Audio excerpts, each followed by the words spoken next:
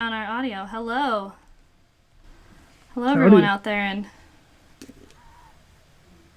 in Twitch land. I know this is crazy, huh? This is pretty exciting. We're excited. We're here. There's 4 people on a screen. It's fairly magical. I'm actually just really excited to have 4 people on our Twitch stream and YouTube stream. So thank you everyone for joining us. Shout out to Ked Whitney on our Twitch stream again this week. We love everyone in Vermont. We love everyone all around the world. My name is Megan Davis. I am the brand experience manager for Wacom. I also manage and help create and curate all the cool stuff that we have happening in the Wacom Experience Center in Portland. World famous, one of a kind. I am joined by my 2 guys right here, Carter and Christopher. Y'all are probably pretty familiar with their faces if you follow us on Twitch and watch all of our Twitch streams. These are the faces you see. I'm just a humble moderator, so normally you don't see my face, but today you get my face. Also, we have super famous Techman Joe, who's right below me. Round of applause for Techman Joe. Hello. Joe, why don't you give a little bit of background on yourself, how long you've been with Wacom, what do you do, how wonderful you are. No, I was just about to throw props to you. You're the goddess that puts all this stuff together. So, no, this is an honor, and it's fun to get back out in front of people. I've been with Wacom for 20 years. If any of you, probably back in kindergarten were watching, Wacom on YouTube, you saw my training and tutorial videos back then. Still at it, still visiting, our customers, our artists. I hate using the term customers. It's the artists. It's you guys that have actually kept me inspired and kept me here for 20 years. So I'm just trying to help, learn from you what you want to hear and try and translate that back to our services and products teams. So this is great. A fantastic opportunity to hang with these guys and get real FaceTime with everybody and share what I've learned and hopefully glean what you need. All the good things. So today we're doing an AMA. Ask me everything and anything, all the things. For those of you guys out there that have been to the Experience Center, the 3 of us, Carter, Christopher, and I, we use Wacom products. So they work on them way more than I do. So we live through this stuff, right? There's a lot of small tech questions, product questions, little tidbits of information that we're always here to help and share with our community. Since right now we're living in this COVID era, we unfortunately are closed at the Experience Center, so we're doing all of our things virtually and on, Twitch and all the other channels, so we can still connect with you guys and answer those questions. Of course, we wanted to bring Joe in because he's super knowledgeable and we love him dearly. So I have a series of questions that we've kind of created, stuff that we get on a regular basis, kind of general standard questions you hear. And then if you guys watching have really specific questions, drop them in the chat. I am going to be watching that chat feed and we'll kind of bring up questions as they come. Yeah, we're just going to play it fast and loose. So, first question. We're going to start big and we're going to whittle it down. You lived through all of that. That was great. I know. What's the difference between pen tablet, pen display, and pen computer? It's kind of like it's like a pop quiz, right? Go. Yeah. Can I do visual support for this? Yes. I mean, I don't have to be the guy answering everything. You guys all conversation. We'll all add in. You all know that it's getting me to shut up. That's always been the trick. So, pen tablet, pen display, and of course the one thing I left downstairs is the Mobile Studio Pro, which is our latest in pen computing, which is just think of it as your all-in-one tablet PC with the best tablet technology on the market under the hood. These plug in and behave just like a tablet and a display. So you treat them as both and you're off and running. Do you want more detail than that? I mean, I could spend the whole hour just going over that. Bells and whistles. Yeah, just to, I guess, reiterate, I think usually the way I break it down for people when they come in the Experience Center is the pen tablets and the pen displays, which are like this with a screen on them. Kind of Of all the consider things. those accessories and tools that plug into a computer, whereas the pen computer, the mobile studio, is its own laptop computer with, you can load up software. It's a Windows 10 computer, whereas, the pen tablet and pen display can hook up to either Mac or PC or Linux. And yeah, those are kind of USB or wireless accessories to your laptop or PC or whatever. So, yeah. Perfect. I mean, I think the more relevant question, if you don't mind my digging a little deeper, is which is right? Which is right for what? Unless you already have that question. I do have that Yeah, question. we do have that question. It 'Cause that is. a It's a great question question. that we get a lot. Yeah. I think it's always, from my perspective, that's a really tricky question. It's just a great one, and it's confusing for so many people. But let's maybe actually jump to that question, since we've just talked about kind of the different kind of feelings of all the things. What do you think? What do you think is the best for what? Let's say photography. Just throwing that out there. Well, I like fielding this question a lot because we get photographers coming into the Experience Center a lot, and I do use our devices for photography and for video editing and for photo editing. Mm-hmm. And a lot of photographers are very picky about their monitors. And so most of the time they've already invested into a really nice monitor. And so I usually point them in the direction of an Intuos Pro and not a pen display. There's a couple things I like about that is your hand never gets in the way of the image. So you're always looking at your image without anything in front of it, which is really great. And you're not spending money on another display, which can take up more desk room because displays are huge and you just might not have the room for it. It's also really portable, which is always a plus. It's not always something that photographers really worry about because they usually want to work in a controlled lighting environment anyways. But yeah, the Intuos Pro, especially the Intuos Pro Medium or the Intuos Pro Small. I wouldn't really go for the large one if you're a photographer because you don't need gestural marks. And the Intuos is like really precise and it can be really fast. I think, just getting used to this motion instead of using a mouse is going to be like huge for you and you're going to have so much more control. So if you're a photographer, go with the Intuos Pro. I'm gonna throw out a contrast to that. Yes. For a good portion of photographers out there, and myself included, I've grown up on the Intuos Pro. That said, we're also seeing a lot of adoption of the Cintiq Pro line in the studio photographer space, where and quite specifically because of the color capabilities of the new Cintiq Pro. Yeah.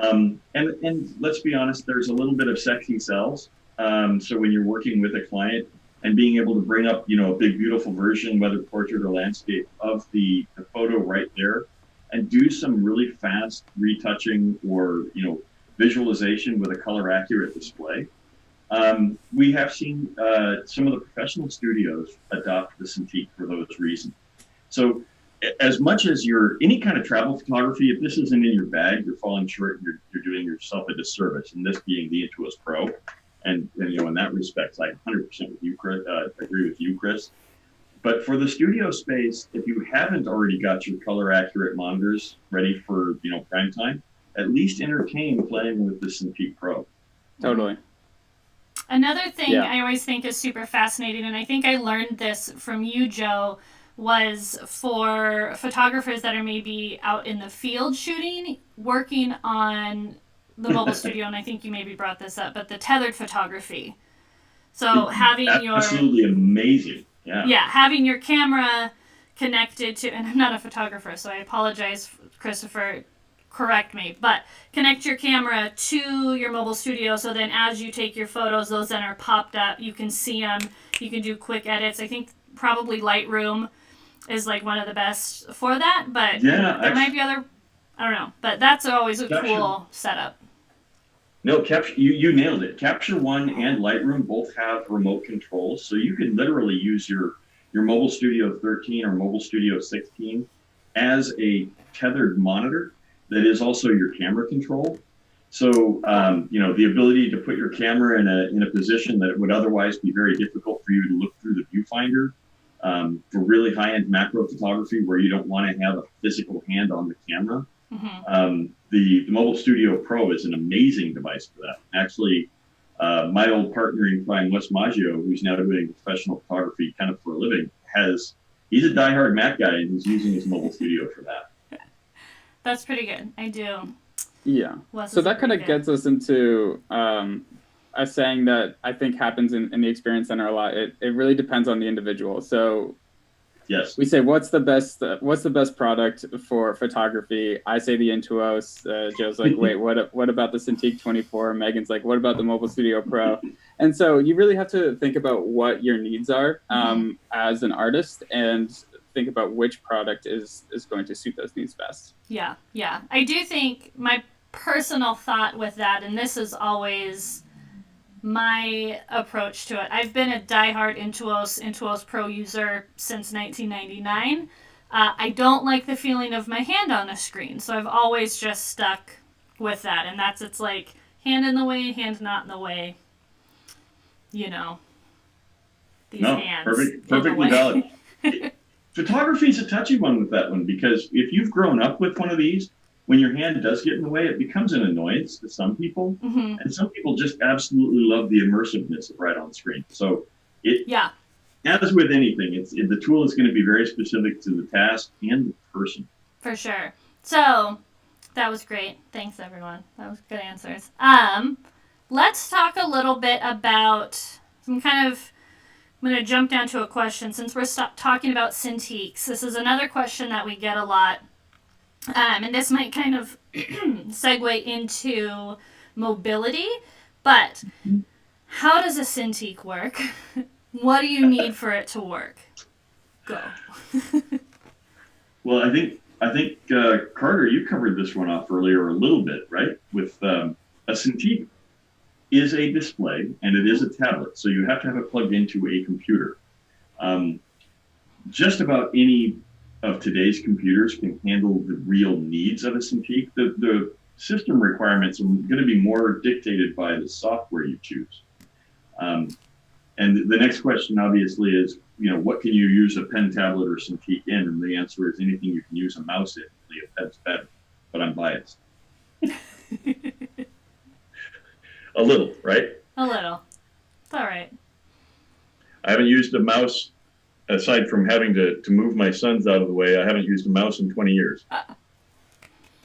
It's commendable. Real, brass tacks of it are for a Cintiq to operate. Sometimes people are a little surprised at the amount of cables that are required. So breaking those down, the Cintiq needs to be, if we're talking about Cintiq line, not talking about Wacom One or anything like that. Correct.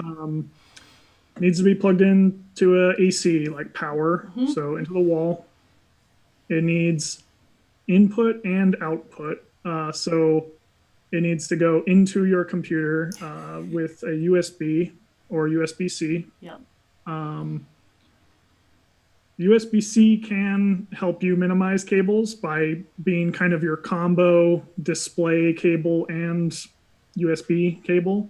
But if you are not on a system with USB-C, then it's going to be power, USB, and then HDMI or DisplayPort or something like that. So it's kind of 3 connections. And once it's all chained up, you don't have to worry about it. It's ready to go. So this one came up. This one came up for me earlier today. I was helping one of our influencer partners overcome some challenges for a Twitch stream. And he did not realize that the Cintiqs actually have the dual input option. So he had a Mac running into the back through USB-C with a single cable connection through the Mac. And then he had his PC connected to the USB and DisplayPort and was able to just push this button and toggle between those two inputs. So, Nice. Once you get to the high-end Cintiq Pro line of the 24 and 32 size, you have that as well. So if you're in a multi-computer environment or a computer in a virtualization environment, you have the ability to use a KVM switch that's built into the Cintiq, which is an unsung hero of these Cintiqs as well. Yeah, that's great. So they had two computers that they were switching between, right? With the little toggle there. Yep. That's cool. Yeah, he had his Windows 10 system and his Mac Pro, and then to make matters worse, I've been doing testing with the whole virtualization, so I've actually plugged in a Zero client and the Windows system and being able to toggle between a local machine and one down in San Jose. That's a flex. That's pretty That's rad. crazy. That's pretty rad. You're like, I have all the computers. Another question that we get specifically on the topic of Cintiqs is, do they get hot / is there an internal fan, cooling mechanism, kiddie pool for them to sit in? Something to keep it cool, keeping it chill. Sounds like Joe has You're looking at me on this one? Okay. Yes. And yeah, I could touch on it, but Joe. Yeah, well, I mean, you have Joe. the experience to call me out when I Sure. get off color, right? So short answer is they can get warm. They are LED backlit or LCD. They have a light pipe in the back, and that can actually cause some heating in portions of the screen. Generally speaking, I mean, we have really low specifications for heat. We have had some people just say that it makes them uncomfortable. Most people find that an artist glove overcomes that. They do have fans in them on the big two, so that they are designed to hit a particular threshold and kick on a fan and cool things down. Where we find the bigger problems are in environments that are already prone to overheat. So that's where those fans will actually start kicking in and making some extra noise. Did you want to elaborate, Chris? Well, here in Portland, Oregon, it got hot. Like, was it 1 week ago or 2 weeks ago? It was like 90 something, and I was actually impressed by how hot my Cintiq didn't get, because it was just so hot in here. And yeah, my Cintiq was warm. It was uncomfortable, but so was everything else in the room. And I was doing a lot of work on my Cintiq. It became to be like hour 3, and I was like, okay, yes, my Cintiq is warm, but that's valid. So I felt like I was like really maxing it out and just seeing how hot I could make it, but that's probably ill-advised, not a good idea. But I didn't have a choice. I don't have an AC unit yet. Right. And you also have your setup at your home studio, Christopher. You've got the Pro Engine that no longer can be purchased, but slides into the back of the Cintiq too. So I bet that now you've got a computer like attached to your Cintiq. I wonder if that contributes to. I think it does. It is a contributing factor. I've actually experienced that one myself. Yes, it's not huge, but when we were selling the engines that go in the back, it just basically creates one less point where it can ventilate. Mm-hmm. For sure. All right. Never had issue with overheating. Y'all are babies. I know. Carter, I you're on illustrate on this for like 10 hours a day. It never has phased me once. Like, my hands are sweaty. I'm just like, oh. My hands do get sweaty, and then I can't make those gestures that I want. I need a glove.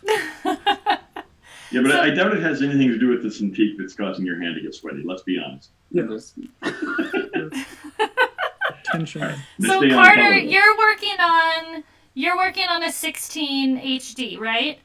Yeah. Let's talk a little bit about the difference between. So we have the Pro Cintiq Pros. I actually have a Cintiq Pro 16 that I use as a secondary monitor because I'm still very much in love with my Intuos Pro. But let's talk about the difference between. So Cintiq Pro, there's a 16, 24, 32. And then Cintiq, there is a 16 and a 22. So let's talk about kind of the differences, feels with those guys. Yeah, well, Go ahead, Oh, please. yeah. I talk too much. no, it's okay. I'll hit the low lane, low hanging fruit, and then you can come in with the actual informative specifics. So the Cintiq 16 and Cintiq 22, those are 1080p. That's where they cap out. They versus the Cintiq Pro, which can get up to 4K resolution. So that is one of the big differences. Other main difference is color accuracy. They're all still very color accurate, but I think the Pro line has a good gap there. I can't quote specifics right now, but for people working in print or photography, that can be huge. And then they use the same pen, however, which means the Pro Pen 2, which is meaning that they have the same kind of input, so the same amount of pressure sensitivity. Yeah, there's a Pro Pen 2, so it's got the little silver on it. So you are getting the same sophistication with the pen, so the tilts, pressure, all that stuff. So it's really mostly down to the quality of the display itself, and then there's also some construction differences. Cintiq, the normal line, it's a little more plasticky, whereas the Pro, it's like a little sleeker. The chassis is like, is that aluminum partially, something like that. So there we go. Thanks, Christopher. there's the Cintiq 16. Yeah. The one thing I do really like about the 16 and 22 is the stand. It's a really great, super easy, like one lever, kind of upsy downsy. I don't have the stand on this one. It's extra on the 16, but it comes with the 22. And the 16 just has these little legs come out on it. But yeah, I wish I had the stand to show you. So you guys are going to make me look like the snob here, aren't you? Why? No, you did a fantastic job on the 16 and the 22. And Also, no touch capability on those, That's right. No touch. which some people have opinions about, including No, absolutely. Good, bad, or otherwise. Some people have a thing about touch. This is the Cintiq Pro 24 pen only. So the 24s come in a pen only version or a pen and touch version. The 32s are all pen and touch, and I can't share too much, but we're doing some really amazing things with touch here in the next driver. Literally the next driver. So keep an eye on that. The next driver, and not even like the next product. What's that? I said the next driver, and not even like the next product. The next driver changes everything, in my opinion, about touch. This is like it's going to be one of the biggest things that I'm not going to shut up about for like a year to come. So I mean, it's that kind of good. But the aside from touch, you kind of alluded to the fit and finish differences for the 24s versus the Pro line versus the regular Cintiq 16 and 22. There's a lot to consider in what that step up is, and it's a bunch of incremental things that were really driven by the Pro creative space. When you talk about color accuracy, you're talking about the animation and visual effects world. They drove a lot of what we did for the 24 and 32s. So like one of the big differences, in my opinion, is the etched glass surface versus the AG film surface that we have for the non-Pro line. The color accuracy, the additional inputs, the fact that it comes with a express key remote, which is also getting better here in the near future as well. The option of an ergo stand, as I knock my pen on the floor. We've got an arm here. We've got the option of an ergo stand that allows for rotation. This is designed and built for, without name dropping, the biggest names in animation and visual effects in the world, and we support them, and these are the tools they use every day.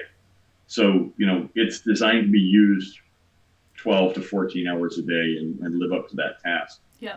So that's really kind of, if you had to separate them, this has all the bells and whistles and all of the feature sets to be your live on device. I have to point out, it was down at Titmouse Studios. There was one guy who said he probably spends more time on his Cintiq than he spends in his bed, which is, it's both tragic and awesome at the same time. Yeah, that's scary. I know. I'm like, 1, 2, yeah. Okay. All right. So next question. This is a hot topic. Hot topic. I see what you did there. Hot topics. You touched on this a little bit, and what are the drivers and what do they do? Let's talk a little bit about kind of like functional reasons why we have drivers, what they do, their importance, and then we'll kind of segue into maybe some talk about Wacom Desktop Center, because that's another thing that I feel like I show a lot of people and they don't actually realize that it's there. So, drivers. We're in the Wacom Desktop Center. We are in the Wacom Desktop Center right now. So, how about if I talk about the drivers and I let Chris and Carter talk about the Wacom Desktop Center? The value there is really on the front end, right? So the drivers are the translator between the hardware input and how the operating systems receive that information. So your tilt information, your pressure information, the X and Y coordinates. The driver is taking all that information right from the hardware through USB, parsing it out and translating it into two different mechanisms that the operating system can use depending on which platform you're on. So it'll either translate it into Windows Ink on the Windows platform or WinTab. I won't get into too many weeds here. But in short, it translates it into a language that the applications can then use for touch and pen input. And then, the same thing happens on Linux, Macintosh, or Mac OS. And so it's doing kind of the gritty legwork at the hardware software interface level. Mm-hmm. And then the driver is also the control panel, is where you can get in there and make those really fine-tuned tweaks to make the tools fit how you work and your workflow. And that seems like a good transition point to the Wacom Desktop Center. And then we can dig into, things you can do in that control panel that are awesome. Yes. Carter, you want this one, or you want me to take a stab at it? It's up to you. Go for it. Well, I'll say some things and how about you fill it in. So the Wacom Desktop Center is really great. It makes you have like a lot of control over your display, over your pens, or your express keys. It's where you can go and make customizable changes to all these things. Like if I need to change these buttons on the pen, that's where I go to the Wacom Desktop Center. I can map these buttons. My favorite is undo right here and right click. I'm a big fan of having undo on my pen. Or I can change the express keys to my modifier keys and where I want those. The big ones are obviously Shift, Control, Alt, or Command on a Mac. Macs have Option too. I've been in the PC world too long. And so if you want to make changes, something else I'd be interested in seeing, when I first started using Wacom products, I put the sensitivity up because I felt like I was really heavy-handed using Wacom products. And now that I've been using them for a long time, I've turned the sensitivity down, so I'm not as heavy-handed. And I'm wondering if that's something that new users would do as a way of getting used to their Wacom product. But I don't know. That's just some data I want to see. I think that's a brilliant. That slider alone changes how people engage with their device substantially. Totally. And I'm really glad you pointed it out. I too am heavy-handed, but I've talked to cartoon artists who want that kind of inky feel of working with a really lightweight, quill pen. Yeah. And they'll go really soft, and they just barely touch it, and they get all of that just really rapid, vibrant kind of variations in the pen stroke. And it's, once again, it's it's about how you use it, right? For photography, I'd probably go firm. For everything else, I'd probably go soft. Yeah, I'd be in that boat as well. Yeah, I guess a few more things on Wacom Desktop Center. It's sort of the user interface that comes with the driver. So it's kind of like we've all said, you kind of make those tweaks and adjustments. Some of those include, like, if you're on a display tablet, calibrating your screen is super important. So just like it'll come up with little crosshairs on your screen, and if you're, like tall like me, my perspective is kind of different from someone shorter when they're looking at the screen and where you think you're pressing on the screen and where the actual mark is being made. So just making sure that makes sense from whatever perspective you're in. And then other things like on the Intuos tablets, there's, I don't know if you can see them, there's the express key remotes on, express keys just on one side. So someone who's left-handed would probably want those on the opposite side. So that's where you can change orientation for your devices. So that's all those little personalization, customization stuff is kind of, that's where you make all those changes. So yeah, another cool thing that I was like pointing out to people is you can make keyboard shortcuts by program. So if you are constantly switching over from Photoshop to Illustrator, like B for brush is not going to be like super useful in Illustrator, but you would want V for your selection tool to be like really handy. Yeah. So you can have those keyboard shortcuts mapped to specific programs. And so when you're switching back and forth, those automatically switch over, which is super handy. An excellent point. One of the things I always, once you get into the weeds on that one, one of the things that I always point out is that the same keyboard shortcut isn't necessarily ubiquitous across all your applications, right? So to get to orbit in a 3D application, maybe a different set of keyboard shortcuts. So what I've always liked to do is make sure that the function stayed the same per button, even as you translate from app to app, and that requires those application-specific settings. Yeah. Did I just go down a rabbit hole? No, that's great. That's smart, though. I mean, I think it's that work smarter, not harder, right? Right. And it's really tricky, I will admit, and I think for anyone that is new to using Wacom devices, taking a moment to stop mid-process, especially for people that have maybe worked in graphic design or any sort of like computer-based design for a long time, that's so used to having those keyboard shortcuts, to remember, like, oh shoot, I actually just did a keyboard shortcut and I'm so used to it. It's just muscle memory to try to remember that and then program it. It takes a moment, but once you get it dialed in, it's just, you're retraining yourself, and it's pretty great. I've watched so many artists, a lot of animators and illustrators that just have their pen and their express key remote and draw, and like, it looks like they're dialing like a Nokia 5150 to date myself, but it's this really cool like blind driving this thing, and it adjusts all their setting, and it's really seamless. So I think it's that cool feature that takes a little bit of work in the beginning to get dialed in, but again, once it's set, like, you're golden. When are we gonna have like foot pads so I can like have the shift key on my foot? I'd be like driving a car. Paddles, right? It's like shifting. Yeah. Bringing new meaning to the word driver. Oh my God. Actually, I guess we might be seeing the forest through the trees here on this AMA session. One of the questions that I think it's so frequently overlooked is, why a tablet in the first place? And this is, in a nutshell, this is the 80%, right? What you're looking for is the ability to control a brush or a tool with pressure sensitivity, right? I can change the opacity, I can change the flow, I can change the size, all with the buttons on the actual software itself will dictate how those tools interface.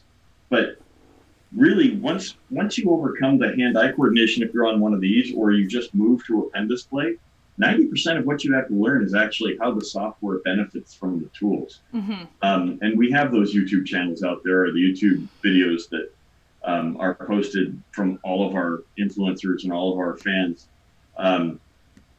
It's the ability to make an organic stroke or an organic input for the creatives who are drawing, sketching, and otherwise. And it's the ability to be immersed in a precision workflow for the people who are doing Premiere Pro, After Effects, even to some extent, Unity, Unreal Engine. I mean, it isn't all about pressure sensitivity. Sometimes it's about, precision-based asset manipulation and color accuracy. So we build the tools that fit your workflow regardless of what that might be. Right. Yeah, I use SketchUp a lot, which is a really great kind of architectural rendering program. And there's what are tools called? It's a tape measure. There's a tape measure tool that you start on one end, you pull, and you just tap it for your measurement, so you can pre-measure before you draw a line. And it's super great with a pen. Again, you just have that point to point, and it dials everything in super accurately, which is lovely. Something else I like telling people why Yes. tablets to begin with, because if someone comes in, they're like, I'm into video production, and a lot of forums will say the Intuos Pro is the best tool for video production, and Joe's shaking his head no. But they say you don't need pressure sensitivity, so why would you use that? And Joe was touching a little bit on just having that accuracy with the pen. But ergonomically, a pen, it makes a lot more sense than a mouse, and you're going to be able to, save yourself in the long run by not doing this with your hand for hours on end. This is much more comfortable. Yeah. All of the video editing I've done for Wacom has been on one of these. Yeah, me too. But and it'll be a long time before I go back, and it's probably because all my toys have been taken away. I still like the Intuos. I feel like you're hating on it right now. And no, I love this. This thing lives with me. This is my backpack. This is my bread and butter. But it's all love. I'm doing graphic design and video and photography. I'm all about the Intuos tablet. Yeah. It is. So here it is in a nutshell. And thank you for calling me out. See, I told you you'd do it eventually. The reality is, I would not have this without this anyway. Oh, okay. When I want to be immersive, when I want to get in there and do precision work, video editing. Once like I said, I do all my video editing up here. I have four displays right now, and so I have the ability with this tablet to navigate all of my displays. This is my navigational tool. Yeah. This is what I go to when I need to, grab stuff off on the other displays. This is what I do in my day-to-day work. But when I get into that immersive creative zone, it's all up here. And so, Intuos map. to me, this is a marriage made in heaven. These two devices should never be separated. So that Intuos is mapped across all four screens right now? With display toggle, which should be another talking point if it's not one of the questions. Thank you. No, actually, let's bring that up. So my setup right now, I have a laptop, I have my secondary monitor known as a Cintiq Pro, and I have my Intuos Pro that I always predominantly use.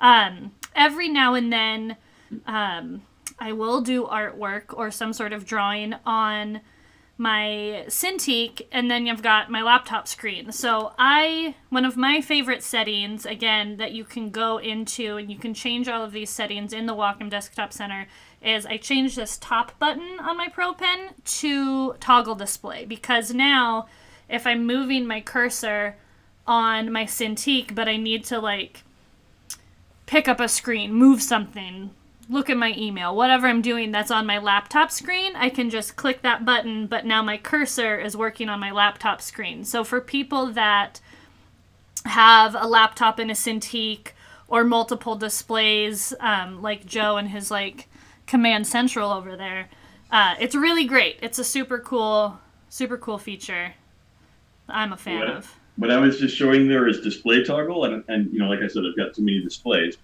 but I can rest my finger on the bottom button right above the touch ring, and I'm assuming you can't see this, but it says display toggle here, and when I if I hold my pen down on a window, for instance, I hit it once and it's locked now entirely to this one display, so I can get precision here. Another thing that it does is when it's mapping across all 3 displays, if I were to try and draw, all of my left and right movement would be 3 times what my up and down movement is. So when I want that really natural input, I want it to be focused on one display, right? But if I need to grab stuff off of a 3rd display, which is way back here now, I can hit that button, I can move to this one and it's locked just to this one, hit it again and it's locked to that 4th one, and now I've got it going across all 3 again. And I can bring it back and I can lock it back to this one. It's a great way to use the tablet that you've got. That same functionality exists in the Express Key Remote. Now, imagine a world where on-screen controls could do the same thing. Not that I would leave any hinting out there at what the future has in store, say, later this month. Or the ability to use modifiers. I'm just saying, it would be really cool, right? Would be great. Would It'd be be the coolest. immersive, yeah, for sure. Luckily, that'll never happen. One of the, I wanted to hit on one of the other big topics that has come up lately. Is whiteboarding anywhere in our questions yet? Whiteboarding. It's been a huge topic lately. With Whiteboarding is interesting. So, there's a couple of boards and committees that I sit on within the Portland creative community, and since everything happens on Zoom right now, we do a lot of whiteboard sessions through Zoom, and having pen input is super great. So Microsoft, if you're on the Microsoft platform, whiteboarding is just built in. There are, like you pointed out, Zoom has things. There are web versions of whiteboarding apps. But with all of the COVID and the, obviously work from home things that are going on right now, people are needing to visually communicate in ways that they've never had to before. And the whiteboarding has been such a hot topic for corporate and for individuals. In fact, I just got done giving a session with a teacher at Lewis and Clark College. So he can interact with his students. The whiteboarding, this is, I could come up here and invite anyone in my contacts list. I can invite you, Megan. In fact, I think I can even write it down. Hey, look, Megan Davis, I just invited you to collaborate on this whiteboard, and you and I can sit and draw things. I could invite 20 other people and only let 2 of them draw. But this has become a really hot topic for teachers, for various instructors, for people collaborating on even concepts you can drop an image on and mark it up. It's become kind of one of the hot topics for the whole work from home scenario. And once again, really easy on these. There's the hand-eye coordination learning when moving with to an Intuos. But there's nothing this can do that this can't. This just makes it easier. That is. Was that too into the weeds? No, that's super cool. We like all these all these good nuggets are great. What else? I'm trying to think of what other little things on Wacom Desktop Center. One thing that happens sometimes, it's technology. This is a thing that just happens, is your driver might need to take a moment, just takes a break. If you ever go to use your device and your cursor, was your cursor off, Joe, right? If your cursor feels funny, if your pen doesn't seem to be working right, if buttons are funky, you just feel like it's not working. So over on our lovely little frame here, you'll see an icon that says update. That will tell you, so if you feel like your pen's being weird, open up your Wacom Desktop Center. I always suggest that people put that icon on wherever the toolbar is or the menus on their screen. But click on that, it'll tell you if you have an update. And that update could be a driver update, it could be a firmware update, it could be a Bluetooth update. It could be there's a handful of different updates that it could be, but generally that is why your pen might not be working. But also it will tell you. So I check it every few months or so, but that's always the first question. That's always the first thing I tell people when they come into the Experience Center and they say, my pen's acting weird, and it's usually that. Yeah. So, to that point, the other features that we've added recently to the Desktop Center that I think, one of them's been there all along, which is your backing up settings. If you've gone in and built, 17 keys, and then you've got on-screen controls, if you spent the time to actually build those, back up your settings for your sake. And that's also one of the features available from the Wacom Desktop Center. That backs up to a file or the cloud. If you back it up to a file and you have other people working on the same device, you can now share your settings by simply giving them that file too. And then the other big one that was added recently, and I'm not sure if you guys have been kept abreast of this one, is there's now under support, there's a driver check. Yes, I have seen that. Yep. And this lets you, it actually does a query against your driver. If it sees a problem, it asks if you want to restart your driver or reset your settings.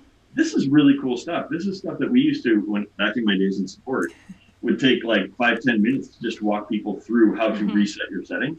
This is now part of the Wacom Desktop Center and really easy to get to. And you'll find that resetting your driver or restarting your driver is frequently all it takes. Right. Kind of that tried and true. Turn it off, turn it back on again, unplug it, plug it back in. I'm going to date myself. It feels like my senior prom all over again. No, the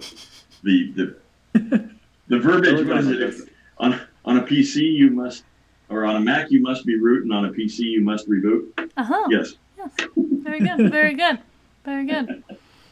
So that feature, again, Joe, was under support, not under updates, but under that driver check is under support. Yes. Cool. Got it. Super. And then, you may even be forced to engage with our support someday, and hopefully you get that opportunity because they're awesome.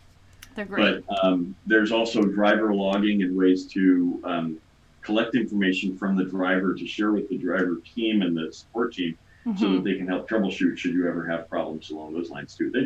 They've put a lot into this, and it's only going to get better as time goes by. We're doing another review and revamp. We're always looking at the next best thing, right? Not the next best thing, but the next best thing. Got you. Let's talk a little bit, and this might get dense. I want to talk about compatibility. Now, we get questions. So a lot of, especially students right now, have Chromebooks. But even when we get into styluses. So, of course, we have our Wacom Creative products, Intuos Pro, Cintiq Pro, Mobile Studio Pro. But we also have Bamboo brand styluses. So, Wacom Ink, what are called Bamboo Ink. What's the other one called? There's Pop of course. And I was just researching this too. So we have, in essence, and I believe this is what you're getting at, we have kind of 3.5 technologies to be talked about here. One of them is just simply capacitive, which is the I hate to call them dumb stylus, but they aren't. There's no technology in them other than the surface material that's used to engage with touch sensors, right? I wonder if I have. And then you have all of the Android devices follow a similar kind of path. So Chromebook and Android all use the same technology that's in like the Samsung S Pens. Yes. That's also used in the One by Wacom. So those pens are ubiquitous across the Android and Chrome and the One by Wacom tools. And then we've got the Bamboo Ink and Ink Plus. Yes. And I had to do some research for you because I did not know what the differences were. The big difference is the ink was battery powered, so it required quadruple A's. And the Ink Plus is actually USB charged, which makes it so much nicer. And that one will work on pretty much any Dell, HP, all of the Windows-based inking systems. The Ink Plus will also, actually, I think they all now work on even as replacement pens for your Surface Pros and things along those lines. Cool. So they use the either AES technology or the proprietary technology that's used under the Surface and Surface Pros, and they'll engage and work with any of those tools. Fabulous. I do have Bamboo Ink Plus for my personal computers at HP Spectra, and it's lovely, and I do enjoy using my Bamboo stylus. You made a comment about Chromebooks. Yes. And now that S Pen technology that's also used in Chromebooks, there's a lot of students out there who don't even realize they have Wacom enabled devices and all they need is a pen. That is a huge potential opportunity for them to use things like those whiteboarding websites and such with tools they already have, and they don't necessarily have to go out and spend $300 or $400. They can go out and spend $60 on a pen and be able to use those really cool work from home, collaborative features of those whiteboarding apps with what they've got already. Yeah, and then general compatibility with the rest of the Wacom creative line. That's going to be a quick one. Is that on me again? What aren't we compatible with? Well, it's an important. I mean, in the visits that I do, one of the first things we say is our best competition is our own older products because they just don't die, right? And so first understanding how the compatibility works with our own professional product line. So I have a Cintiq 22, which is the previous generation, the 22, the 27, the old Intuos Pros. All the way back to the Intuos 4 use the previous technology of the Pro line.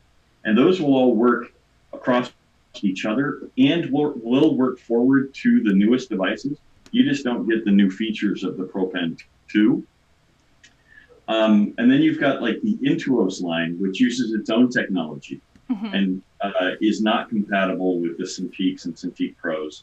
And then, of course, there's the One by Wacom line that uses that same technology that's in the S Pen. So right now, even, we have three different active technologies in our pens. Right. But that's the easy way to wrap your head around them. The One, the Intuos, and then all of the Pro products. And those are the three technologies that we currently have. Yeah. The other cool thing, too, and I think it's Wacom One by Wacom. It's a different tablet, to be confused. But the Wacom One also, so that uses UD technology, correct? UD technology, the S Pen, the same technology. So that tablet, which is a newer pen display tablet for us, it's really great. Let's talk a little bit about that. It has some really cool features, some cool capabilities that I think are unique for our tablets, including third-party styluses, which is also fun. So talk. Right, and really nice ones. Yeah. Fancy, schmancy. The nicest part about unfortunately it's not plugged in, but I've got the Wacom One. I really like this product. I think it's cool. It's amazing. And the beauty of it is if you're looking to get into a pen display that's really focused on just the pen experience, no touch, super simple connectivity, it immediately becomes a secondary display to your laptop or even your Android devices. It's just solely going to tackle the pen on-screen experience at almost the same price as an Intuos Pro or Intuos Pro Paper.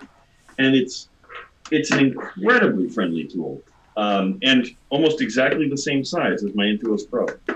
So talk about mobility and the advanced, easy functionality of working directly pen on screen. I don't want to oversing its praises because it's really an entry point, but it's an amazing entry point. Yeah. Right. I like it's such like a good segue into pen displays, and with people coming in saying like, oh, I have like a high school student who wants to get into digital illustration. I'm like, boy, do I have a product for you. Yeah, right. Yeah, it really is. It's a great entry point, and the price is awesome, honestly. I mean, like, I'm not trying to like sell you a Wacom One here, but I like it. $400 as of June 17th. So it's what? $400. Oh, 400. Okay, all right. Right. And I mean, that's a kind of entry level pricing. And no, there's quote unquote competition out there, but I mean the competition doesn't have 38 years of driver experience, right, and the stability of our products. And like I said, our own worst competition is our own older products. These things last forever, so that's a great investment. Even if you outgrow it, your kids, your friends, your family, I mean, the thing is going to last a while, and it's an amazingly simple device. The artists all the time that I follow on Instagram, they're like, finally retiring my like 1990 Wacom Intuos tablet. 4. And it's like, okay, well, it's about sounds like you got your money's worth. Yeah. Fully depreciated. Yeah. Yeah. One thing that I think, and Christopher kind of brought this up too, so this can be another topic, is we get a lot of people, and this goes in, relates a little bit to, I am an illustrator, what tablet should I use? But we get a lot of parents, a lot of questions from parents who say, hey, I have a really brilliant middle school, high school child, that wants to, just loves drawing, draws all the time, draws on their phone, draws on a tablet or an iPad or something. What is that good entry point product? Wacom One obviously is kind of that newest one. It's really great. Let's talk maybe about some of, I want to talk about Wacom One being able to connect to Samsung devices and Android devices, because that's really cool and very new, but also some good beginner tools for younger artists. Oh, tools meaning software, I'm assuming. Software or hardware? I mean, I Yes. like pointing people in the direction of Sketchbook, because the free version is great and it pairs so well with our products. You start going in Sketchbook and you can automatically see that pressure sensitivity and get used to that. It has like so many free tools. It does have like a pro version that you can get, and it gets you more drawing tools and a few more features, but it's such like a great program because of how simple it is. When you open Photoshop, I mean, I love Photoshop, that's where I live, but when you open Photoshop, it's really intimidating. You open Sketchbook and you're like, okay, I can just start drawing, this is great. And it's starting to do animation now, which a lot of people animation is becoming a lot more accessible to people, and it's a great starter for that as well. I have to jump on this because yes, the tools to help young people and old become more creative are becoming that much more accessible. Mm-hmm. Like Clip Studio comes with some of our products. It's great for budding cartoonists and comic artists. ZBrush just came out with a free version of Core. And if you want to get into 3D modeling, it's like the coolest, it's the most addicting software you're ever going to play with. And just for a warning, you're gonna open it up and it'll be Friday by the time you close it. These software tools are readily available, and it really depends on what it is you're trying to do. Very inexpensive versions of video editing. Premiere, guys, help me out. Just came out. Oh, Adobe has a Premiere version. Rush. Rush. Really, really accessible video editing software. You've got, Blender, if you want to get into 3D animation. Yeah, Blender's great. It's amazing, and it's got a huge. Even the professionals are starting to tinker with Blender. The software to get into even professional level work is free to very reasonable now. I can't oversing their praises too, and we work very closely with all these people as software partners to make sure our tools stay relevant and stay functional, and whenever possible to integrate with pen technology and pressure sensitivity where it's appropriate. Yeah, accessibility is great. Yeah, there's also a couple of browser-based programs too. Sculptress is one, which I believe is still Pixelogic, which makes they make ZBrush. Krita is another cool one. Gosh, I don't know. Fire Alpaca, I keep hearing a lot. Fire Alpaca. Actually, I've had a couple requests for us to install that at the Experience Center. There's so many. But yeah, I never messed with it. I actually don't even know what it is, but it sounds like a image editing software. I don't know. Yeah, it's like Photoshop. Yeah, but free.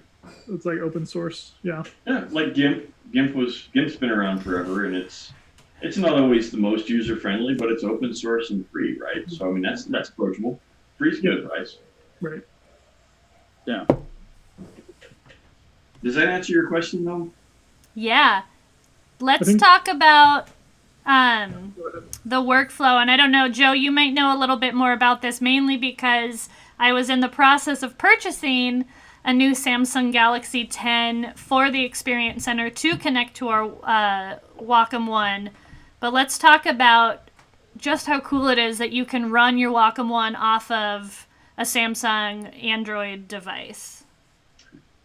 You know, as much as I would love to be the guy, I can tell you I've done it, I've seen it, but I don't have a Samsung device of my own. So off the top of my head, I am trying to recall the name of the desktop-based app. What's that? It's I want to say Samsung Dex. Yes. Yeah, Thank it's you. Dex. And so you fire up Dex, and basically your phone becomes a desktop-based like Yep. Android app, so that if you had a Cintiq and you paired a Bluetooth tablet, you would really never know you weren't working on a Chromebook. And it's all running off your phone. And with the way technology is moving and remote computing is becoming such a thing, that might be your kind of gateway. I'm not going to finish that, but it might be your gateway to using supercomputers that are out there on the cloud, all off your phone. Yeah. I mean, the potential here is the future that we see, right at our doorstep, is insane. Yeah. Right. So you don't have to have like that massive computing power, like right with you. It can be somewhere else. And you're just Like I tapping said, into it. I was testing we're working with our friends at Teradici and Google and NVIDIA, and I was testing a connection with a server down in part of a Google Cloud instance down in San Jose, and I can run any creative app you can throw at it. I all the way down to like Substance Painter and Octane. I mean, these things are really GPU heavy.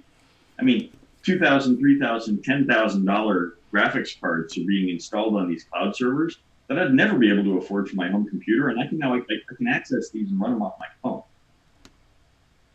How cool is that? Yeah. That's- And it's all subscription based. That's cool.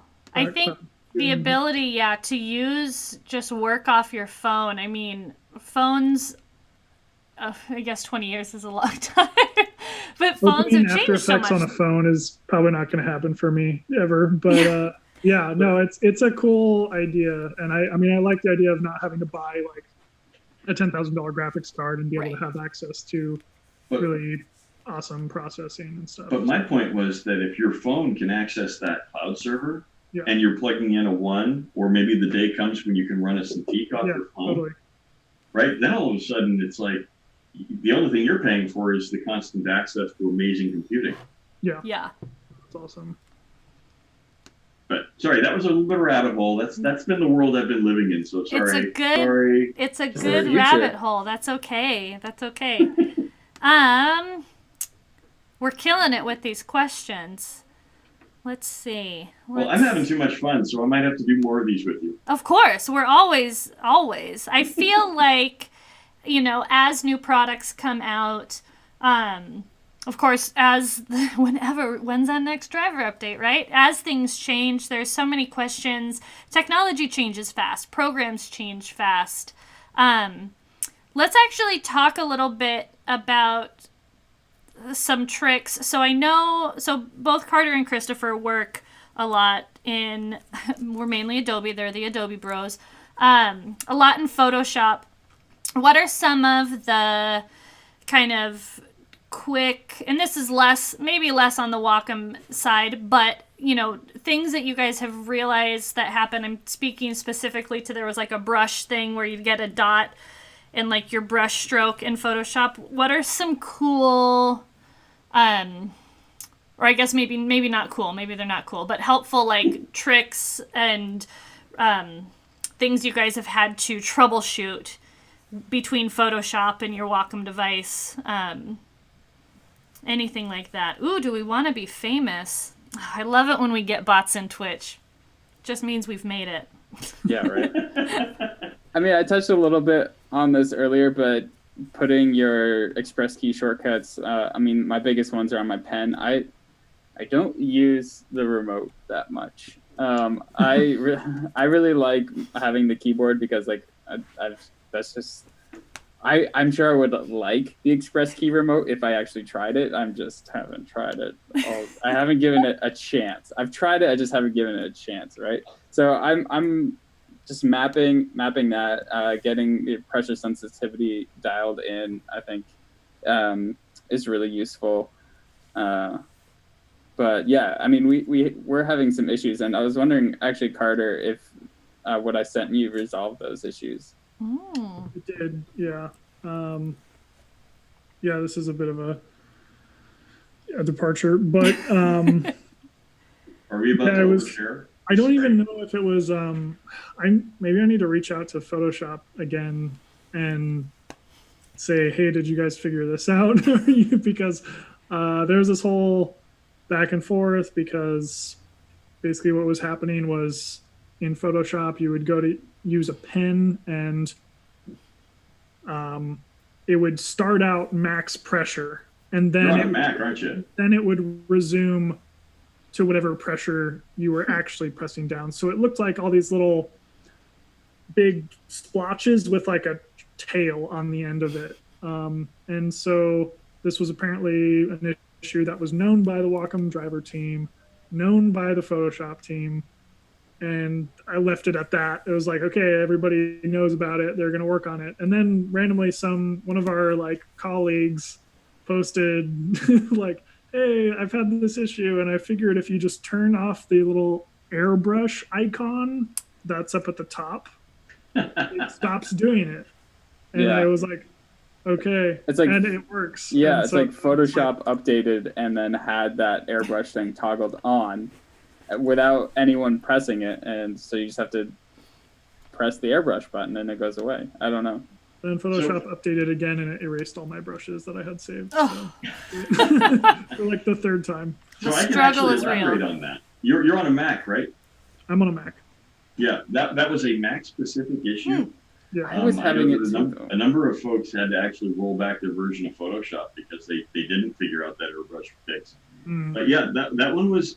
This is where we talk about how important the longevity of Wacom's driver team and our commitment and our partnership with our high-end partners. This became a problem. It was recognized, it was addressed, and it was fixed in like a week. So, you know, that's one of the other values of working with Wacom and Wacom tools is that we are the industry standards. So those are the ones that our partners they're gonna address problems quickly when they run across it. Yeah. Very true. Good luck with other. Something That's else a good one. I run into is when I'm in Lightroom, and so I'm a PC user, and this is like hyper specific. I have to toggle Windows Ink on and off when I'm in Lightroom.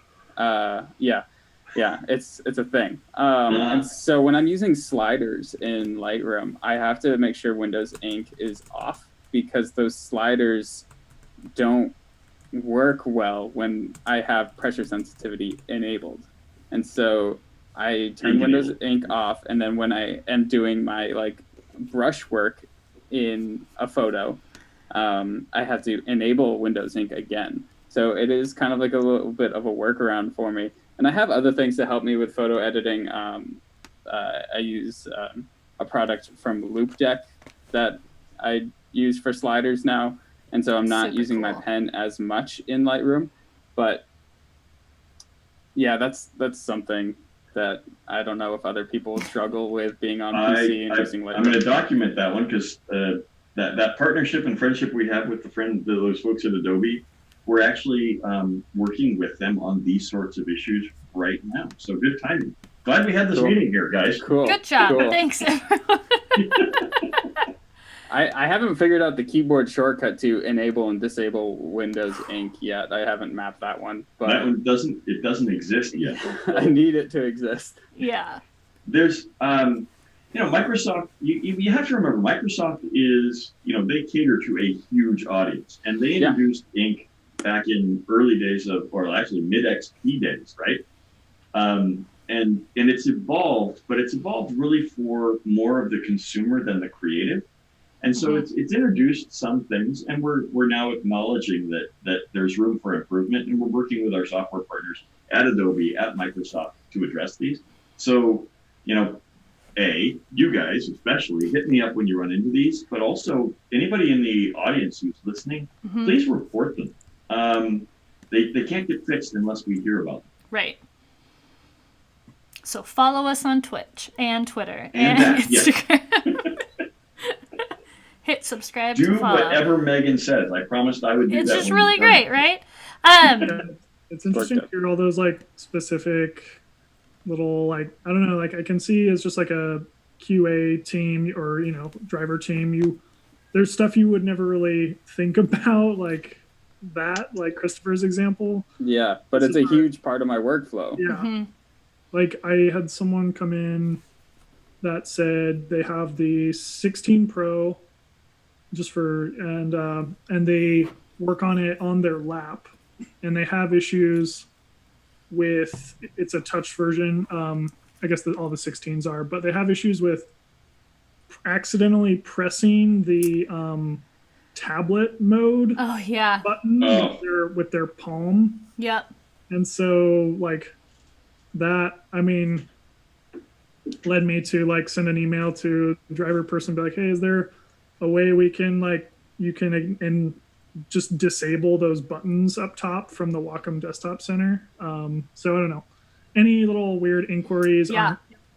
They're never too weird, so obviously feel free to send them our way, and we can see if we can implement. Yeah, it's true, and I think it's again to your point, those moments, because as fabulous as our driver team is, and they go out and they observe artists in their natural habitat and they watch people work, there's always those little, it might seem like a one-off moment, but it's probably not just you that experiences that little quirk. Right. Or that thing you're like, I swear I just do this. Like, always super valid. What else? Absolutely. Yeah. No, 100%. We can't fix it until we hear it, and it's the artists and how they use it that actually have the loudest voice. So. Yeah, 100%. I want to loop back to a question. So we were talking earlier about products. We went we just dove straight into Cintiqs. They're really great. We love them. All of us have professed our love for an Intuos Pro. So let's talk about Intuos for a second. So and Joe, you mentioned Intuos Pro Paper earlier, which I'm actually a huge fan of. Let's talk a little bit about the differences between an Intuos and an Intuos Pro. We touched on this a bit too when we were talking about different stylus technologies, but this is the Intuos hour. Intuos versus Pro. What was that? Just the Intuos versus Intuos Pro. Yeah, and then also let's talk about Intuos Pro Paper. Okay. Well, gentlemen, do you want to take a stab at the Intuos Pro, and I can just elaborate on the minutia, or how would you like to tackle this? Sure. You did the Cintiqs. You want me to do the Intros? Sure. Do it, Christopher. You got it, Christopher. All right. So, I had my Intuos Pro, but so with the Intuos tablets, so yeah. Also, the naming convention, sorry about this. So we have the Intuos tablets, and now we have the Intuos Pro tablets. With the Intuos tablets, you're going to have a different pen. It's a bit smaller. And sorry, I don't have that I don't have one of those. Looks a lot like this. Yeah. It's a bit smaller. You're going to have less pressure sensitivity. It's 4,000 levels of pressure sensitivity, roughly. Which in the Intuos Pros are 8,000. That's a lot. People always ask is that a big deal? And 8,000 is overkill in my opinion. It's just it's so much. And we're gonna be rolling out. I'm sure our next products and next generation are gonna have even more than that. 12,000. 2,000. No, just kidding. So 4,000 levels of pressure sensitivity is still a lot. If you're it doesn't have enough for me, it does. So the Intuos Pros are a bit bigger. They're a bit sleeker. The express keys are going to be on the side here, and you have these nice little wheels that are programmable to be really great things. My biggest, the thing I always like to map it to is brush size. So when I'm doing illustration work, I can just make my brush bigger or smaller on the fly. Bluetooth is a big thing. The Intuos tablets, they come in 2 versions, I believe, and Bluetooth enabled and not Bluetooth enabled, so you have to have it connected to your computer at all times. But the Pros just have that option. There's no like wired option. The Pros have a USB-C connection. I'm just making sure. I'm like, yeah, it does, right? Yep. You gotta- Double check. And, which is always great. I love to that. be fair, that's USB-C to USB-A, traditional USB. So this will work regardless of if your system has USB-C on it. You can use a straight USB-C cable, but they are made to plug into, your old school USB ports. Yeah. Right. You can do USB-C to USB-C as well. Yep. Yeah. You've hit on it's funny, you did all the technical stuff, and what I like to hit on the kind of the user difference between them. Yeah. The name implies quite a bit, right? So it's the build quality, which you did clarify.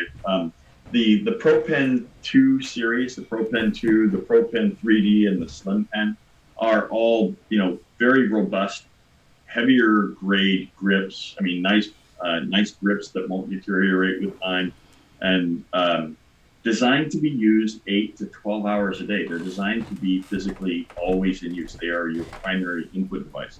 The Intuos is a hard barrel, more like a pencil, and it'll probably wear a divot in your finger if you're using it as a pro device, and maybe it's time to think about upgrading to the Pro product line. Similarly, the build quality of the Intuos Pro versus the Intuos.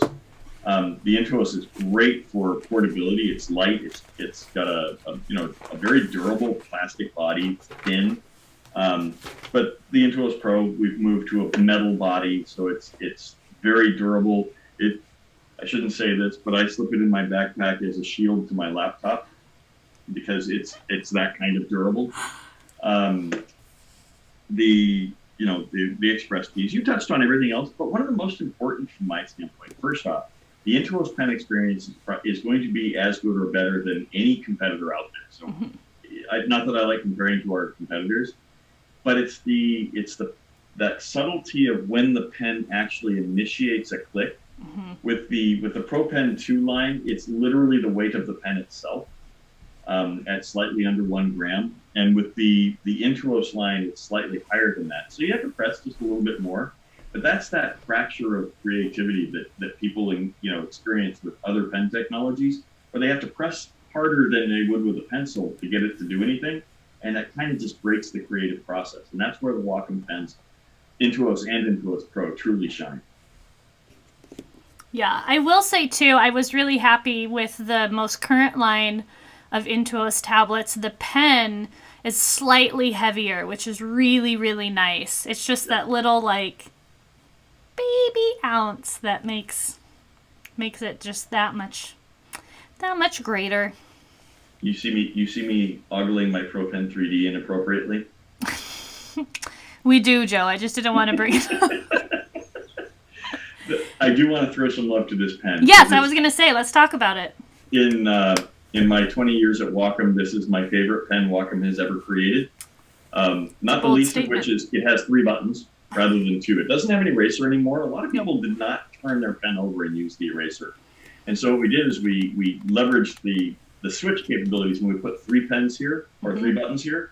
And I believe, Christopher, it was you pointing out that you're a diehard pen button user, and those are the most important tools you've got. Yeah. Now you have one more that you can assign to your favorite keyboard shortcuts. So if you're in ZBrush and you use the space bar and the Alt and Control all the time, you can set those to these pen buttons and always have them at your fingertips. It's called the Pro Pen 3D because it comes with 3D presets. That doesn't mean you have to keep them. There's Orbit, Pan Zoom, and Right Click, which are really pervasive tools in all of your major 3D applications. But if you run across an application where you think something's going to be just more efficient, you can reprogram it and reset it at any time. Most importantly, though, the balance on this pen, the weight on this pen, and the fact that there is absolutely never, ever, even the slightest bit of shake in that pen tip, that little rattle that you get in some older pens, there's absolutely none in the Pro Pen 3D or the Slim Pen. And I'm never going back. It's mine. I don't have my Slim Pen here with me. It's at the Experience Center. But the Slim Pens are super nice. It took me a little while to get used to it because I'm so used to kind of that wide marker feel that the Pro Pen has. Pro Pen and Pro Pen related accessories. I'm just used to it. Even back to, so I was looking to see if I had an Intuos to hiding somewhere in my cupboard behind me, and I have something that predates the Intuos. It doesn't work anymore. Dang. Obviously, because it's outlived its driver life, but good old-fashioned bamboo fun. All right. This made some websites. It made really moderately terrible logos for people. It's fine. It's great. I love it. I can't get rid of it. I just use it as like a coaster. Oh, boy. This is a designer pen for the Intuos 2. Woo!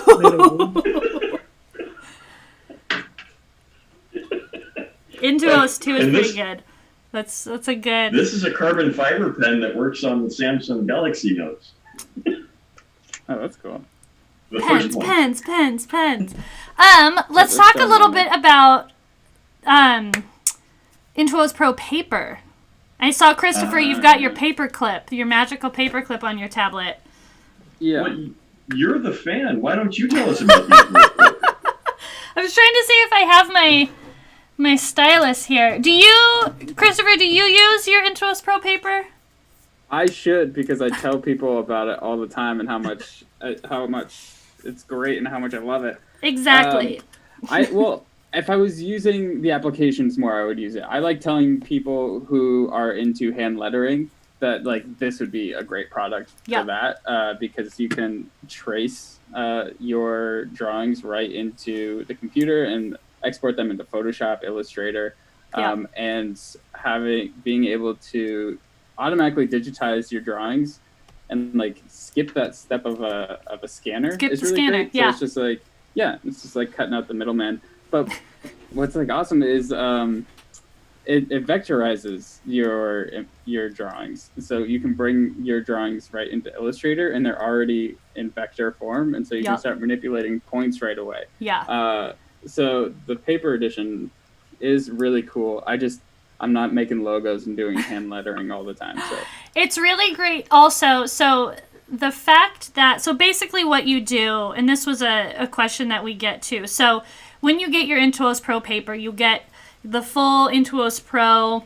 So you get your tablet, you get your Pro Pen 2. You also get this nice little like custom fine-tipped ink pen that goes with it. And it essentially what happens is all of the same magical gizmos that live in your Pro Pen 2 live inside this inking pen, but just has a fine-tipped ink pen at the end instead of the nib. So what you can do is take any sheet of paper,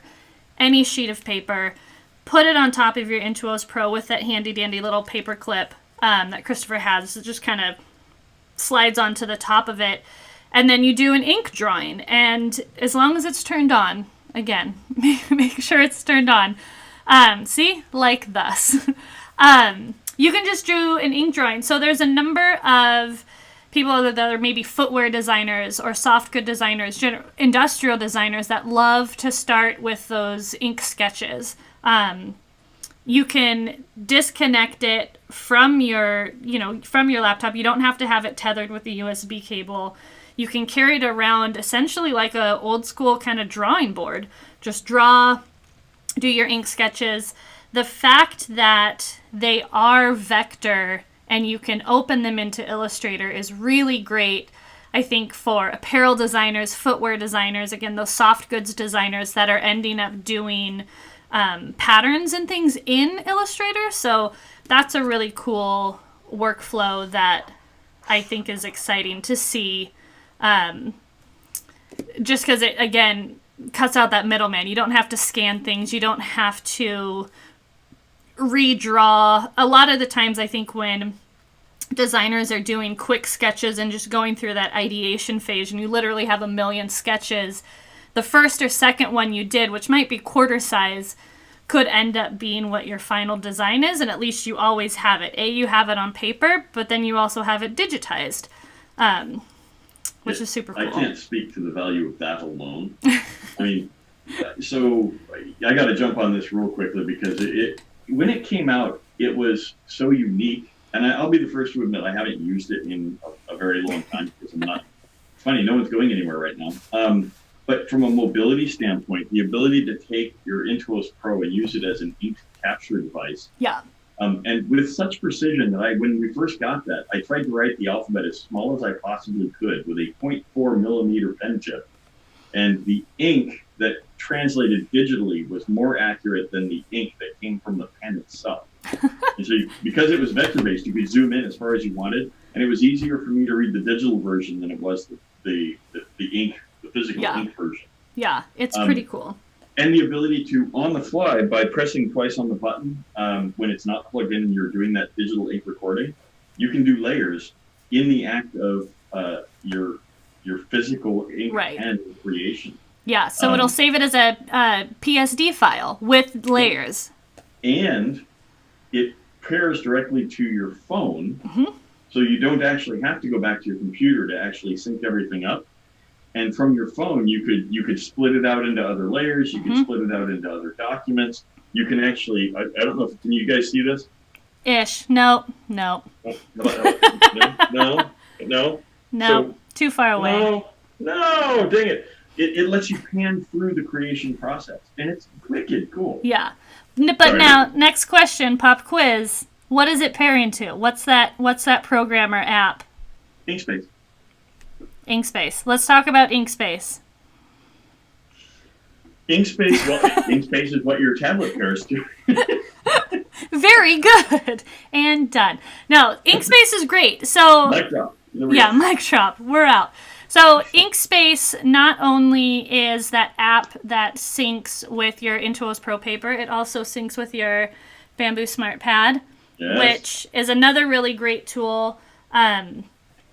Works very similarly in fashion to the Intuos Pro paper. But Inkspace, again, it's what your tablet, either your Intuos Pro or your Slate Folio is going to sync to, and it acts as a file repository, more or less, for all of those digital ink files. It's going to upload it as a WIL file, which is a Wacom ink layer language file. Go Wacom. And then from there you can export. So you can export as like a SVG, PSD, PDF, JPEG, all of these things. You have the split feature. You can do ink to video. Just super cool. They finally got that in there. See, I haven't been abreast of that one. Oh, ink to video is great. For people that, again, for those like illustrators or hand letters or whomever that love to do those ink drawings, you now have a built-in time-lapse video feature. So it'll just digitize your signature so that it's drawn in the act of drawing your signature. That's so cool. Super cool. Ink to video, MP4, upload to Instagram. Yeah, I haven't done the ink to video yet, actually. It's something I've been wanting to try. Carter had a pretty great experience with this. Christopher, I think you were on vacation. We did an event with an agency in Portland called Manifesto, and we had a handful of different people come in from the creative and tech community, and we did these kind of impromptu interviews where we wrote down just information about the person, and it could be a drawing or it could be a sketch or a words or a quote that they said. And while we were sitting down during the rest of the event, Carter and a handful of our other crew, our intern team, converted all of those to video, and then we did this whole kind of video slideshow with them. It was pretty fun. That's cool. It was one of those moments that I was like, please work. But we made it happen. It was really exciting. Events, what are those? Go ahead. I just said events. What are those? I know. I know. These in-person things, it's weird. No, the ink to SVG. I mean, think about being able to draw something and then blow it up to any size you ever wanted. Yeah. How cool is that? Yeah. I mean, to your point of your tiny alphabet, I know a lot of people that just draw like Right. small, I'm that guy. you know? I'm that guy. It's huge, Joe. Just all those little dime-sized logos. What else? Let's talk a little bit about bamboo slates, bamboo folios, smart pads, note-taking. All of these amazing things. One other feature that we didn't talk about in Inkspace that we'll get to. So let's look at all of my crazy notes, right? So I'm a pretty hardcore note taker. This is what happens is I end up drawing my plants. In Inkspace, so take a note, end of the day I'll open up Inkspace. It'll sync everything from my bamboo slate to the app on my phone. And I can also do ink to text, which is really, really cool. So it'll take all of my digital or all of my ink written notes and turn them into actual text I can drop into a Google spreadsheet or PDF or whatever, like a Word doc, wherever you want it to go. You can do ink to email, so you can just send it directly out. It's pretty amazing. There's a lot of really cool... Oh, look, I have this... I'm finding all my neat notes. Sometimes I draw things that I think I'm going to turn into videos and post on social media. Right. I like to tell people, like, the biggest application where I see this, like, being super useful, at least it would have been in my life, is, like, students. Oh, huge. Like, taking notes in class and, like, say your friend missed class or something like that. And they say, can you take notes for me? And you can take those notes and then right after class, text it to them. Yep. And it would be just amazing. Isn't there like a search feature? Yes. So yeah, and like this, every time I think about this, it like blows my mind. I'm like, this would have been so helpful during exam week. Because I'm a messy note taker. And I'm like trying to like search through my notes. I'm like, when did this happen? But if I had this product at college, it would have been amazing. Yeah. So Megan, think about, let's use the college example, because again, I think this would have been amazing. You're like hashtag, and this you're actually drawing a number sign or a pound symbol or a hashtag. Hashtag Art History 101. You put that at the top page of your notes, and then once you've uploaded those notes, those digital notes to Inkspace, you can search based on that hashtag. You can also, within Inkspace, group things together. And every time I turn around, it's every other week, every other month, there's new features built into Inkspace. And I feel like there's new ones in there that I'm not aware of. But the search and the grouping is really, really cool.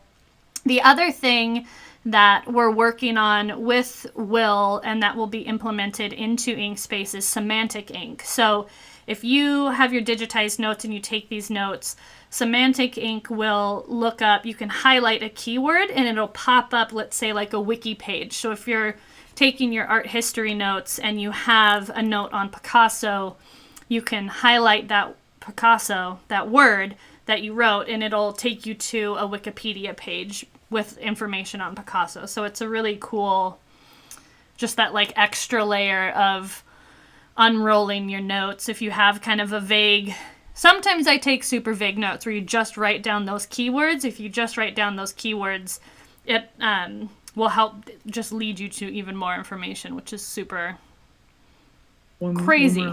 One last use case that I still have yet to test, and I've talked a big game about, is with bamboo paper. Gonna do it. Swear to God. Is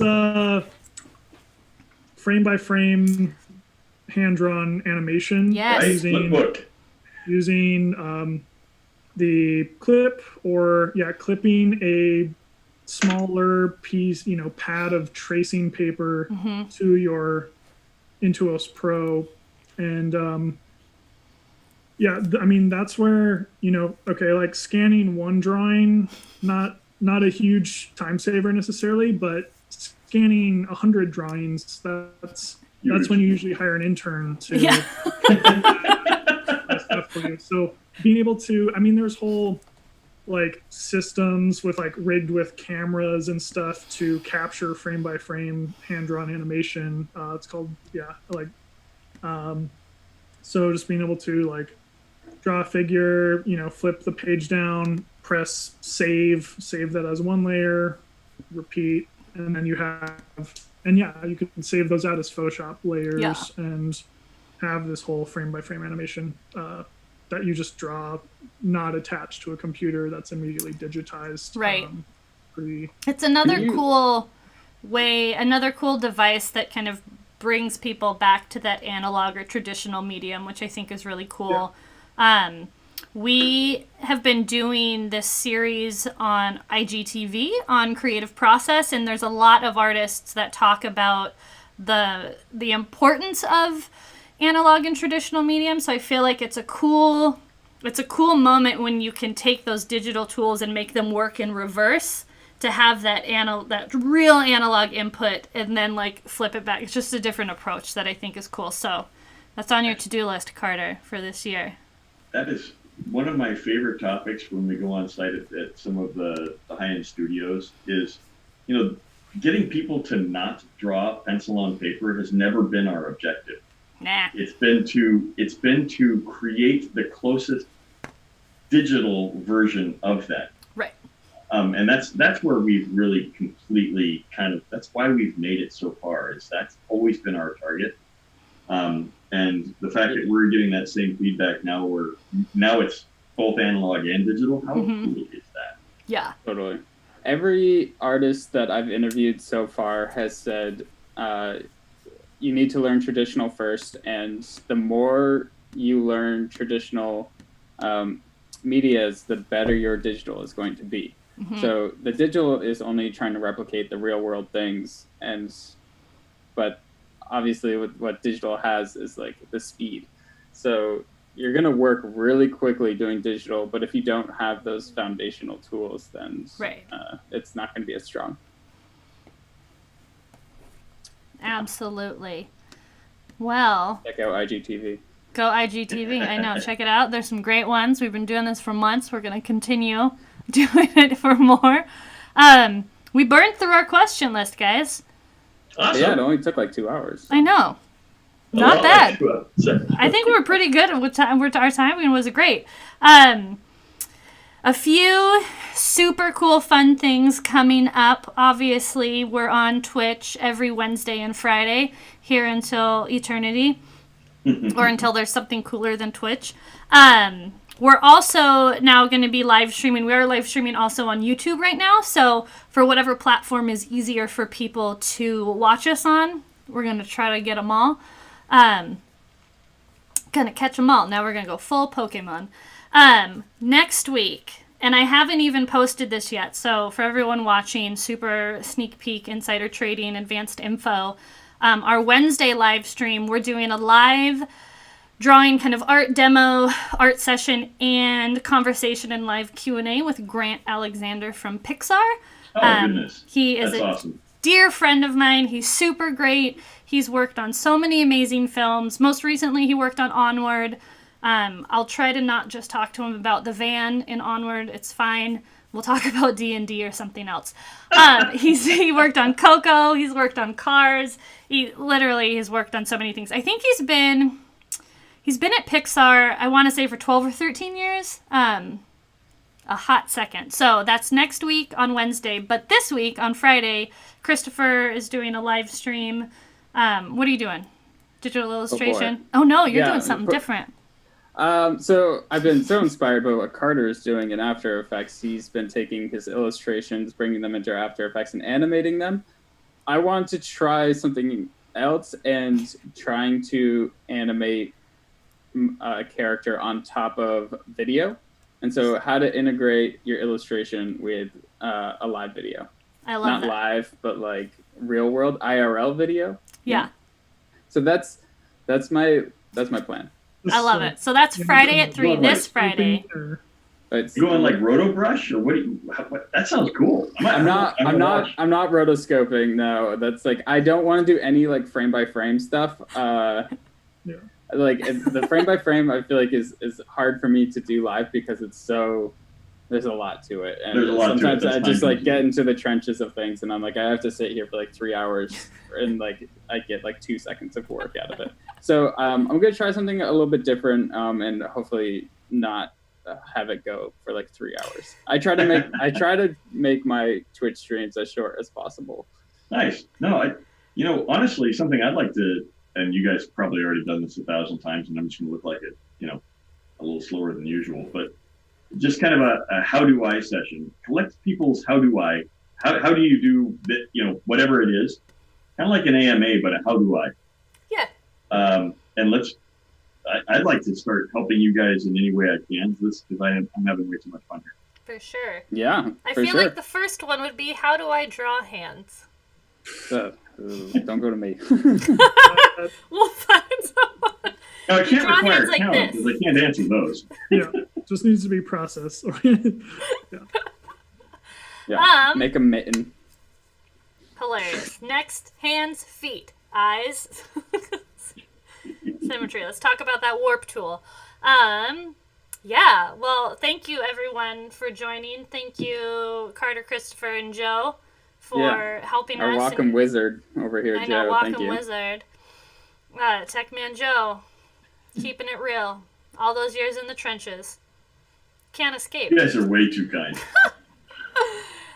Again, follow us on all of the socials. I did on our lovely little frame. We've got our social media handles. We're super active on Instagram and Twitter. We do post all of our events and things on Facebook, but then they get spread all over the place, so make sure you follow us there. Tune in this Friday at 3 on this here Twitch channel. We'll be back. And then stay tuned for more info on next week. And yeah, deviant art. We feel that fear of drawing hands. Yeah, it's a yes. That's why I think everyone just has hands like this or in your pockets.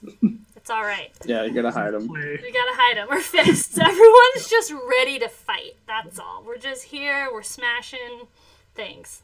Maybe, I don't know, whatever we're doing. Hulk smash. But yeah, stay tuned.